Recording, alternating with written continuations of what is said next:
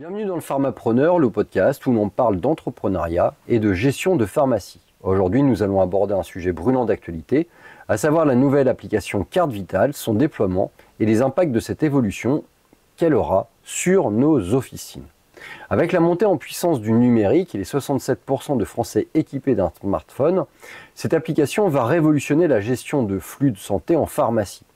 Nous allons voir ensemble comment cette innovation va modifier notre quotidien de pharmacien, tant au niveau administratif que dans la relation avec notre patient. Alors tout d'abord, la dématérialisation de la carte vitale, pourquoi maintenant ? L'idée de dématérialiser la carte vitale n'est pas nouvelle, cela fait plusieurs années que les autorités de santé évoquent la nécessité d'une transition numérique pour simplifier les processus et diminuer les coûts. Aujourd'hui, cette application arrive enfin sur la rampe de lancement avec l'objectif de réduire les risques liés aux erreurs administratives, d'améliorer la sécurité des transactions et d'apporter plus de fluidité au parcours patient. Mais pourquoi maintenant ? Alors, il y a plusieurs raisons. D'une part, le développement technologique qui permet une adoption plus large des outils numériques. D'autre part, la crise sanitaire qui a accéléré la nécessité de repenser les interactions physiques, que ce soit dans les établissements de santé ou dans les pharmacies. Alors, quel est l'impact de cette transition pour les pharmaciens ? Pour les titulaires d'officine, cette nouvelle application pose une question majeure, à savoir comment allons-nous intégrer cette technologie dans notre gestion quotidienne. Dans une première phase, l'application permettra aux patients de présenter leur carte sous forme de QR code ou via une connexion NFC. Cela signifie que nos équipes devront être équipées pour scanner ces codes ou capter les informations via les systèmes de lecture sans contact. Les implications en termes d'infrastructure sont donc non négligeables. Il faudra s'assurer que les terminaux de paiement et les systèmes de gestion soient compatibles avec cette nouvelle technologie. Mais au-delà de l'aspect technique, il y a un autre majeur, à savoir la relation patient. En tant que pharmacien, nous avons souvent un rôle éducatif. Il nous incombera donc d'expliquer à nos patients, et en particulier aux plus âgés, comment utiliser ces nouvelles applications et s'assurer qu'ils soient à l'aise avec son fonctionnement. Alors quels sont les avantages malgré tout pour la gestion de l'officine ? L'un des principaux avantages de cette application pour nous en tant que pharmaciens sera une gestion simplifiée des remboursements.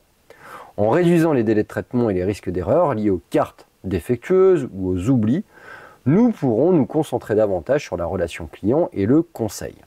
De plus, les pharmacies seront les premières lignes de cette évolution, un peu à l'instar de la mise en place de la carte vitale physique, jouant un rôle clé dans la digitalisation des flux administratifs de santé.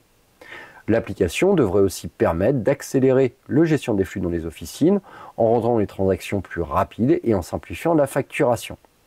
Pour les patients, l'avantage il est double, ils n'auront plus à se soucier d'oublier leur carte vitale et bénéficieront de remboursements plus rapides.